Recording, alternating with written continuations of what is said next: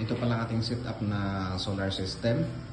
Ayan ay 6 kilowatt DE hybrid off-grid inverter. Battery natin ay LiFePO4 200 Ah. Tapos yung circuit breakers natin. Simula tayo dito sa taas.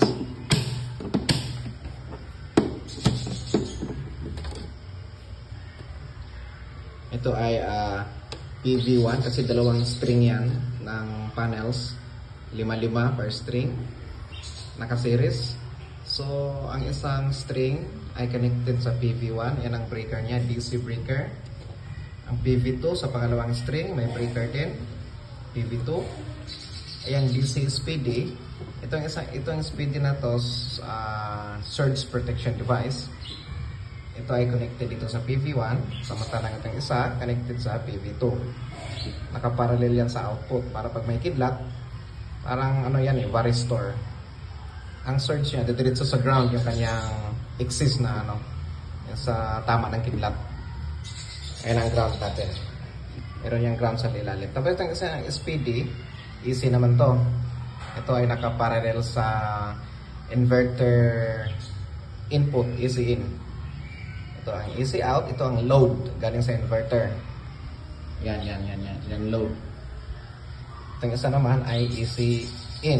Ay ang input galing sa Meralco. Ang Meralco ay meron tayong galing sa DU, yan direct utility. Ang Meralco papasok dyan, ang labas papunta dito sa circuit breaker ng ating inverter, easy in. Output diretso na yan dito sa grid. Tapos ang ilalim naman, ito yung sa DU, direct utility sa Meralco. Nakaparallel ang output nito. Ang dalawa yan, ang isa diretso dito sa ating input ng inverter. Ang isa diretso dito sa ating ETS, dito sa body backup. Or pag mag-service ng ng solar setup, pag may gagawin ako dito banda, pwede kong i-manual switch yan.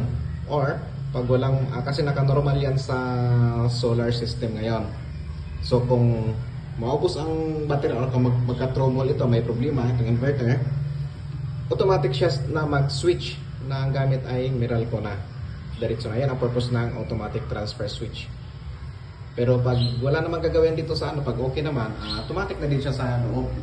Kaya hindi naman control dyan sa Meralco or solar panels. Tapos yung isa ay wattmeter. Naka-hook lang yan dito sa output, pinaka-output ng ETS. Para yan ang diretso sa load mismo. Makikita natin ang current consumption na ngayon, 522 watts. Ang total, simula nang na-power on ito, 34 kilowatt hour na. Tapos itong isa ay naka-series ito yung voltage protector, under over voltage protector at saka current. Meron din siyang leakage current din, nagde-detect din siya. Ayan ay nakakabit dito galing dito sa load, output ng inverter, diretso to sa breaker, sa out niya, easy out ng inverter. Tapos ito naman ditong palabas, diretso dito sa voltage protector. Ang output niya, yan ang diretso dito sa ETS.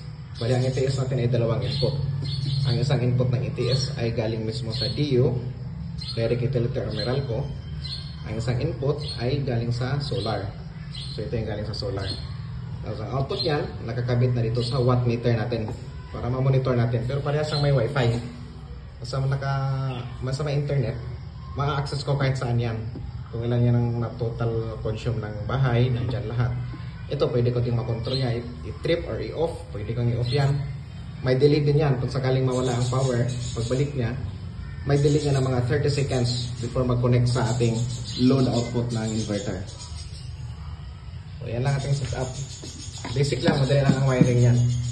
Tapos yung mga ratings niyan, susunod ako dito sa base sa specs dito sa inverter. Kasi hindi naman tayo pwedeng mag-overrating, din pwedeng underrating kasi iinit ang ating mga breakers niyan. Dapat tama lang yung rating niya. Tapos ang wire na ginamit ko ay gauge 8 THHN para mas maganda. Gauge 8 yan.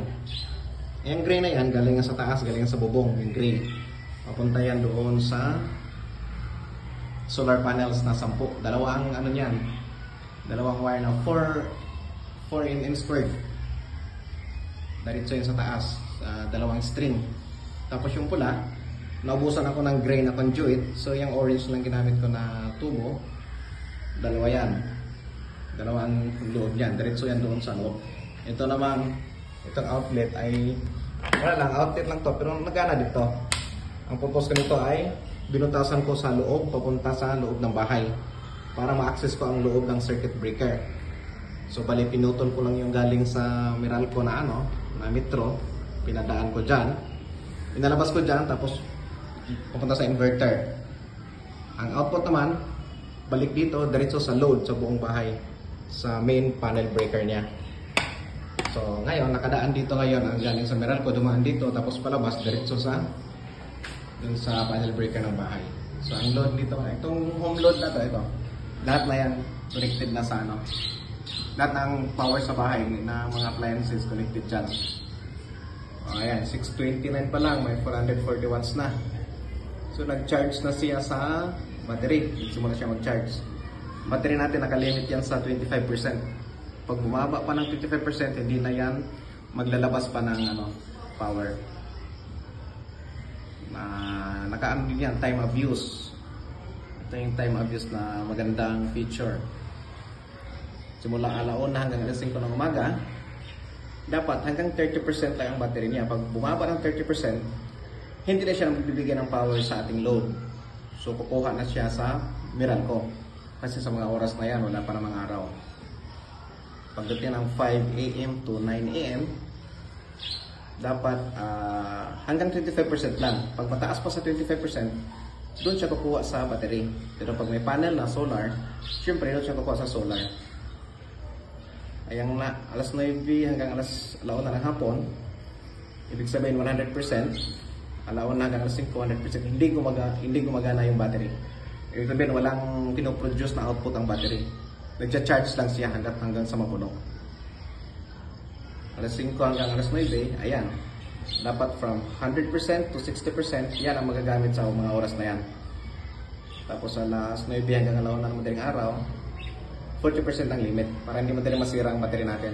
So in total, galing sa 100% hanggang 25%. Pagdating ng 25%, hindi nagagana ang ating battery. Para hindi natin isagad. Ang ating fan ngayon ay naka-off dahil malamig-lamig pa ang panahon.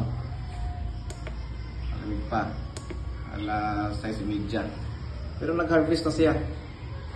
At nag-charge sa din sa battery. Ayan o. Oh.